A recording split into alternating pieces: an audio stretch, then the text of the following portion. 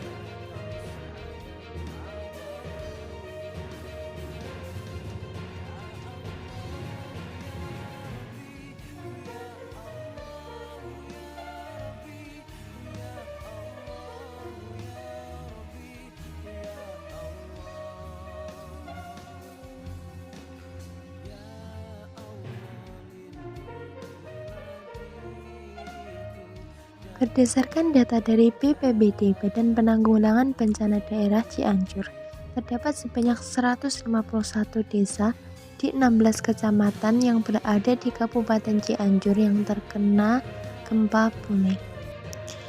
Badan Meteorologi, Klimatologi, dan Geofisika (BMKG) mengungkapkan dugaan penyebab gempa di Cianjur. Penyebab gempa Cianjur diduga akibat dari pergerakan sesar Cimandiri dan patahan geser. Sesar Cimandiri adalah patahan atau sesar aktif yang terletak di Jawa Barat dengan orientasi arah timur laut dan barat daya.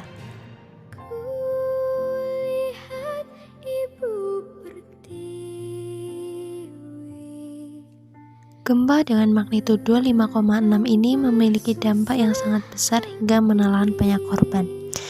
Tercatat sekitar 334 orang yang meninggal dunia. Selain itu, gempa ini menyebabkan kerusakan bangunan, pemukiman warga, gedung sekolah, tempat ibadah, dan gedung-gedung perkantoran. Sebagai penduduk yang tinggal di Pulau Jawa, di mana tanah Jawa rawan akan gempa karena berada pada batas lempeng yang aktif, maka perlu dilakukan mitigasi bencana gempa untuk mengurangi dampak dari suatu bencana yang berpotensi atau telah merugikan dan membahayakan. Mitigasi dapat dilakukan saat sebelum gempa, saat terjadi gempa, dan saat setelah gempa. Mitigasi resiko yang dilakukan sebelum terjadinya gempa untuk mengurangi dampak dari gempa tersebut atau menghindari resiko tersebut, maka perlu dilakukan beberapa hal.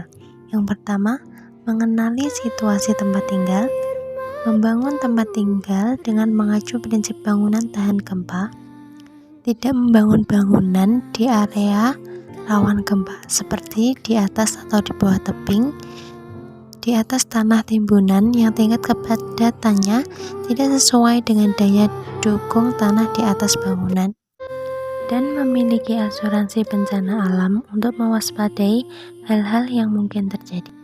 Hal yang perlu dilakukan saat terjadinya gempa yaitu tetap tenang dan melakukan tindakan sesuai dengan prosedur mitigasi gempa yang telah diinstruksikan oleh pihak yang berwenang.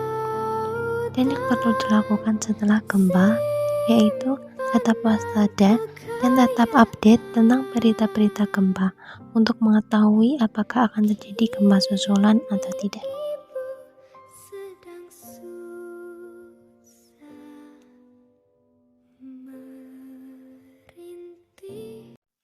Demikian seputar informasi yang dapat kami sampaikan. Saya Asvina Safa Maulida pamit undur diri. Sampai jumpa.